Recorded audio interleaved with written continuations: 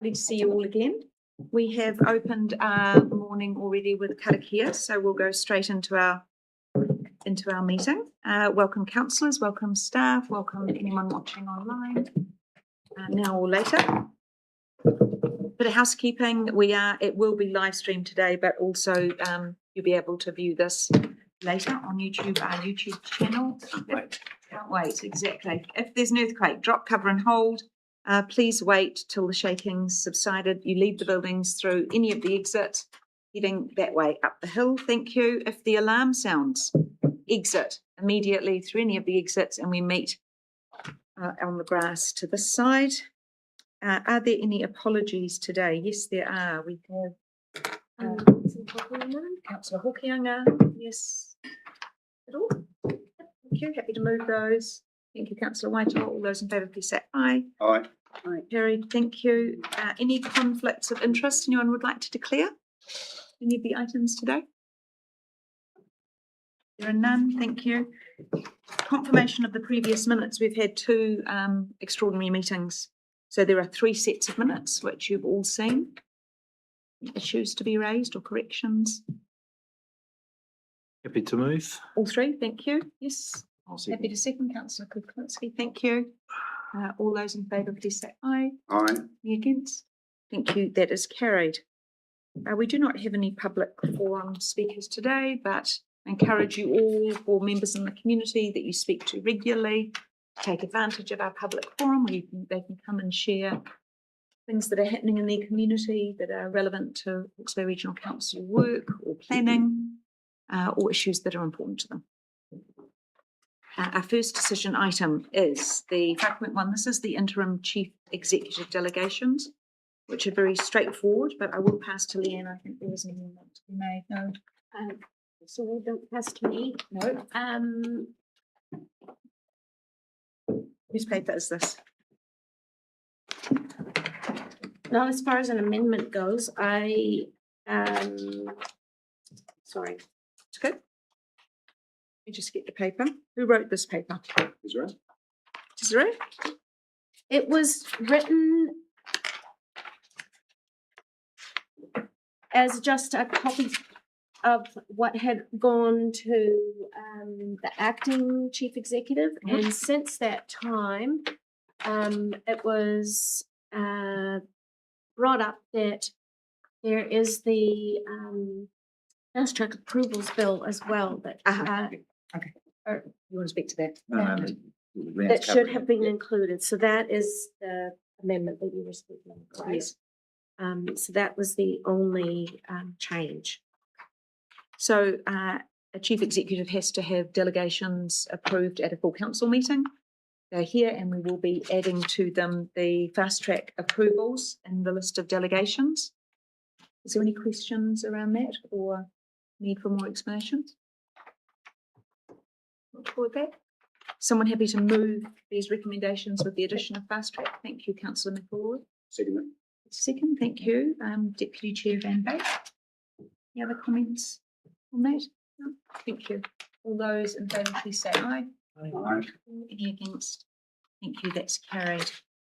Item 5.2 is the Regional Planning Committee tank recommendations. And I will ask the team to come to speak to that. It's Katrina. Thanks, Katrina. And Nicola.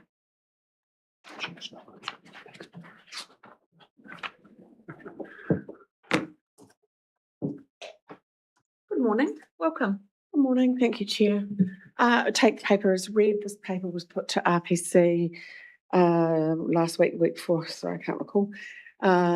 Essentially seeking a pause on the Environment Court process for tank plan change, which is plan change 9, as a consequence of the RM reform that is currently going through the House. In fact, being read through changes this week, soon to be legislation.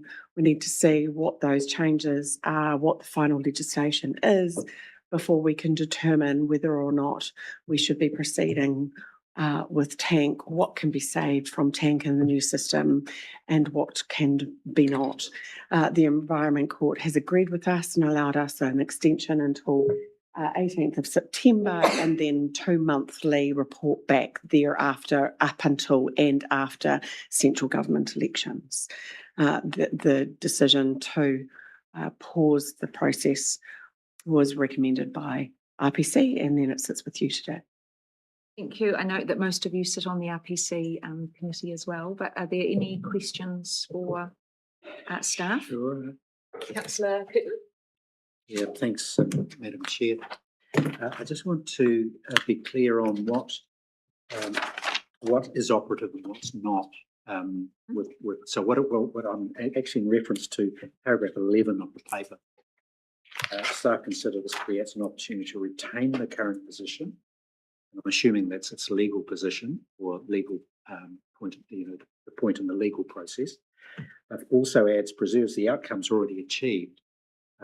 And I'm just aware of, if you like, that the interim arrangements. What can you give us some sense of what is in play and what's not?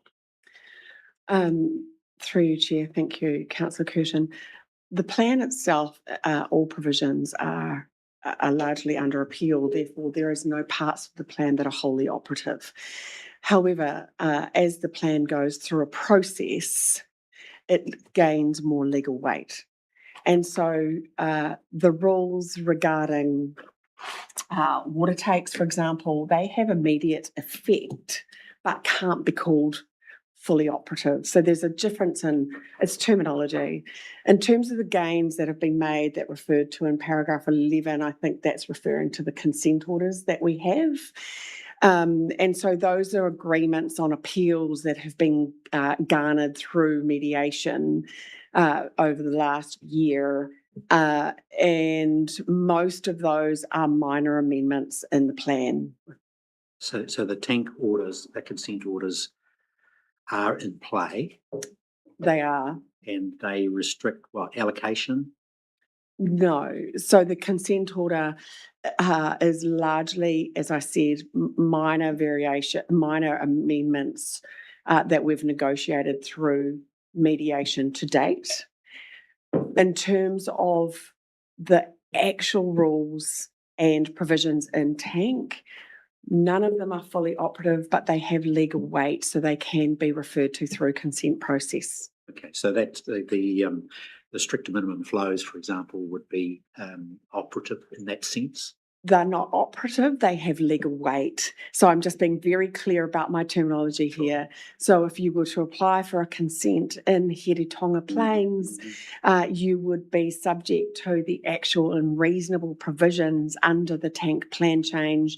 You would be subject to the allocation limits that are the tank plan set, but it is not operative, it has legal weight. Sure. And Madam Chair, if you indulge me a little bit further, Sure. I just want to ask whether, with the new legislation pending, whether there's been consideration of compensation for landowners in the new environment in relation to consents to be issued or to be withdrawn. So, Sorry, can you just explain? My understanding of the legislation is that landowners, their property rights will be enhanced, and has there been an assessment of the potential liability council may face as a result of the enactment of the legislation? Thank you, Councillor. Through you, Chair. The proposed legislation refers to regulatory relief, and that regulatory relief is about ensuring that landowners, as you say, that have planning controls placed on their land can then have regulatory relief provided to them. There is no detail in the legislation about that to date, but we've been seeing that under the RMA for quite some time. For example, many councils around the region have identified significant natural areas of native bush on private property, and councils have, as a consequence of identifying SNAs, allowed rate relief on the portion of that land that would be considered regulatory relief, compensation.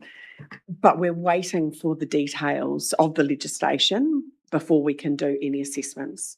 Sorry, Madam Chair, I appreciate the SNA reference, but in specific around water consents, is there a similar liability that potentially exists if we choose to limit new consents and thereby restrain land use? Through you, Chair, no, not that I have seen. When we talk about water allocation, the bills have absolutely referred to those catchments that are at allocation or over allocation and have proposed up to date methods to deal with that. And the reading back from the select committee, those methods have been withdrawn. And over allocated catchments will now be dealt with on a first by first come basis, which is the same as what we have under the current RMA. There are limits to come, but they are yet to be developed and yet to be seen whether or not that will include water allocation. And we won't see those for at least 12 to 18 months. So all yet to be seen. And which is why I've come back to there's very good reason to pause TANC in the Environment Court until such time as that we do have the detailed legislation in front of us and we can make some certain decisions about our future. Thank you, and good questions. And a question around these water mechanisms is coming up, as you can imagine, a lot of regional sector. And the question certainly been put back to government with the withdrawal of the options that were on the table in the first draft. So it's a really important piece for us in this interim period. Councillor Ormsby. Thank you, Chair. Kia ora, Nicola Katrina. In terms of the 2 monthly report back to the court, can you give us a picture of what they are expecting from us in those reports? From the direction that was issued by the court, it was an update in what was happening in those interim periods, just to make sure that we were reporting back and keeping in touch with the court so they understood. So they're expecting us to understand how the third bill reading impacts Plan Change 9? I would expect so Expect by so. the timing that they've indicated. Okay, and just, sorry, a second question is around the closeout report. We have talked about it in workshop. And has that work started or is No. that planning to start? Through you, Chair, we need to wait until we've got legislation before we know what we're doing with TANC, before we then commence on a closeout report as we head into spatial planning. There is only limited staff availability and capacity, and so we need to ensure that we take steps as they become appropriate to take. Thanks, Chair. Councillor McIntosh. You've answered some of this in the answer to Neil's question, but if I'm an irrigator with an existing allocation, can you give me a chronology as to how things are likely to pan out for me over the next 5 years or so between now and when I have some certainty as to what my future water allocation is? Good luck with that. Goodness, that would be great if you could answer that question. Yes. Thank you, Chair. I know it's not definitive, I know it's not definitive, but Let me give it my best. Yeah. Last year, the central government imposed a consent stop. And so that essentially was everybody who had a consent that was due to expire or had expired and was on a section 124, which is allowing those consents to be used while they apply for a new one. So I'm going to refer to section 124 from here. So those on a 124 were allowed to rely on that consent, and that would be paused and guaranteed until 2028. Central government has now extended that out to 2031. And so those consents remain in play until 2031, at which point in time the regional councils or whatever council exists at that time will then need to go through a reconsenting process with all of those consent holders all at the same time to reconsent them under the new provisions of the new legislation. So they've got guaranteed consents until 2031. there any other questions? Councillor Whitehall? Oh, kia ora, Chair. Just at point 13, what is the end point to keeping PC9 on hold? And then what would that trigger, or what trigger will bring the decision back to the council? What is our end point? Thank you, Chair. Ultimately, we cannot keep it on hold forever. The court will not allow that. The court has seen sense in extending the delay until after central government elections, which presumably will give us then some greater level of certainty about how long the current legislation will endure, if there is potentially a change of government and what that might mean. We don't perceive that being significant changes. We are hearing from opposition parties that they will not repeal the legislation. There might be some minor amendments.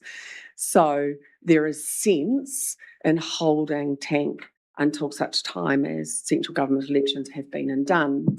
At that point, we then absolutely do need to make a decision about the future of that plan change. And that's when we will come back to RPC and council seeking a direction to either pull the plan completely or proceed. Thank you.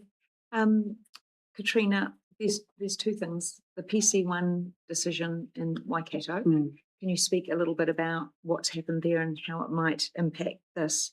Second, as you speak to Labour's amendments, which I know they've been writing, have those been released yet? Because we are expecting to see those quite soon, which would give us an indication of anything significant in relationship to this plan change. Thank you, Chair. I'll go for the easy one first. In terms of Labour amendments, no, we have not. We have not seen any amendments from opposition parties other than their commitment to retaining the legislation, acknowledging that the last 6 to 9 years have been difficult with legislation change. PC1 is the Waikato's plan change, which had taken almost as long, I think 10 years they've been dealing with their plan, which they finally got a decision from the Environment Court. Minister Bishop then instructed his officials to draft legislation that would essentially mean that PC1 could never be enacted. And so they are busy working through that. I don't believe that legislation has been drafted currently. It's been drafted, but it hasn't been read into the House at all yet. But he has indicated that that is his intention. So we need to be mindful that that is his intention is that no plan change shall continue that does not align with the new legislation. Okay. Any other questions? Thank you. Is there a mover and a seconder for the report? I'll move. Thank you, Councillor Van Dijk. Councillor Ormsby, thank you. I might come to Tanya and Councillor Ormsby if you'd like to make any comments as co-chairs now as on the RPC. No? Tanya, no? Peter, would you like to speak to it? I would like to thank Councillor Curtin for excellent questions, really important, and similar with Councillor McIntosh, because it's important that our consent holders understand how the process is going to go forward, however difficult it may be, what the future may look like, because we don't really know. But for consents are really important in Hawke's Bay from a water security perspective. And unfortunately, and we don't have choice over this by pausing. It's not what we have enacted. It actually is the situation we find ourselves in, and hopefully the community understands that, because there's a lot of unknowns that, for instance, those who want to change land use or want to divest out of the industry, it's really difficult for them. And I do get a lot of calls from landowners who want to sell their properties, but can't sell their properties because nobody is interested, because they can't give assurance of what their water availability will be. So it's really difficult space. So, and I understand the staff's doing the best they can. So. Thank you. Thank you. Councillor Curtin. Thanks, Madam Chair. It's it's distressing to see us in this situation, Yeah. having to pause a plan change that has been under construction for so long, has cost us so much money, has engaged our communities up and down Morohi, right, left and centre. People that understand water in this region live here. They don't live in Wellington. They live here. We understand it. This council, our staff, have got the greatest amount of knowledge around water, I'd suggest around the country, along with Canterbury and other water efficient areas. We happen to be, it's been a big week for the government, 4% cap on rates. We've spent, 10 million on this so far, something like that. Ratepayer money, actually. We've had to fork out for that. We've accumulated enormous knowledge of our systems, what the requirements are. We know what we have to do, and yet here we are. The waterways, the quality will decline, will continue to decline. Growers, land users know that they will run out of water. We'll probably end up with the driest season we've got, by all expectations in the current year. That's when the rubber will hit the road. This region knows about water, and yet we have turkeys elsewhere who do not understand and are driven by some neoliberal train of thought rather than reality. So, Madam Chair, I'm appalled at having to support a hold on very important resource management issues for this region. This government deserves the odium, and this coalition government deserves the odium that comes their way. And we've got the opportunity in a few weeks' time to let them know that they are really significant turkeys. So thank you, Madam Chair. Thank you, Councillor Curtin, for going completely out of scope in that one. Oh, why Appreciate not? that, but I do appreciate your comments, and I acknowledge the staff as well. It's been a really long process. Thank you for the work you've done on bringing back the recommendation and all the pieces in between, particularly on workshopping this with the RPC. And I also do really want to acknowledge our industry. Hiratonga Sustainable Water has been set up, which is a collection now and was supported and set up actually through the advocacy of Councillor McIntosh, Deputy Chair Van Beek and Councillor Harding, I think, at that stage. And you really, Councillor Van Beek, brought together those. It was not just industry, it's also manufacturing, it's primary sector, all the people in that room who have an interest in water. And even with the consent extension, they are working incredibly hard on sustainable management practices. I was at their AGM a couple of weeks ago, and they're working on a wetlands strategy. They're working on an off-river storage support strategy, so a globalisation strategy. It's incredibly impressive. So I acknowledge them too in being willing to prepare for the future that's coming in partnership with Regional Council. So we have a mover and a seconder. Thank you. All those in favour, please say aye. Any against? That's carried. Thank you, everyone. Thanks, Ting. Item 5.3 is the policy on appointment and remuneration of directors. This will be paper. Yeah, I'll put this here. Yeah. Welcome. Good morning. Sorry, I was just trying to text our visitors to say they're churning through the agenda at a remarkable pace. We might need our visitors to come Because earlier. we are remarkable. We are remarkable. There we go. Who are Right. Who are our visitors? Pip? Oh, not for this paper, Okay, for thank you. another paper. Okay. 5.3 is actually requesting council accepts the recommendation of the Council Appointments Committee to defer a review of said policy. And that's because the policy is currently active. It's been used recently, and in light of simplifying local government and likely changes in future governance of CCO entities, that a review right now would be a little bit premature. Premature. Okay. Thank you. And the recommendation from the CAC was it's working fine. If we come across anything that does need to be updated or altered in the interim, then we'll bring that You'll back. bring it back to us. Okay. Councillor Ormsby, you are our rep there. Yep, And and oh, Inga. Would you like to make any comments? Yeah, sure. And Dan's our chair.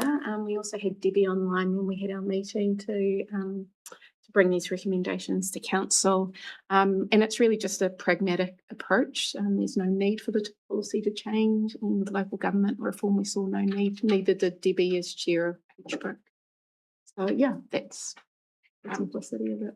Councillor Uh, McIntosh? Just in addition to what Councillor Ormsby said, I'd note that the policy is only 4 years old. It's not outrageously old. It's not breaking its neck to be updated. Thank you. Any questions? How often should it be reviewed? How often should a policy like this be reviewed, Pip? I think it's probably good practice to review it each triennium would be my recommendation. However, it's been used this triennium. We have appointed already under it for the appointments that needed to be made. We've set REM already for this triennium. So right now it feels like it would be not a good use of time. Any other questions? Someone happy to move the paper? Thank you, Councillor McIntosh. Thank you, Councillor Ormsby. Any other comments? All those in favour, please say aye. Yes, that's carried. Thank you. We're going to move, thank you, Pip. We're going to move into our public excluded items now. So I will move that from the chair. Are there any questions as to why we're moving into public excluded? Everyone happy with the papers explanation? Yes, thank you. Happy to move from the chair, someone to move us into Councillor Parsons. Thank you. All those in favour, please say aye. Aye. Any against? Carried. Thank you.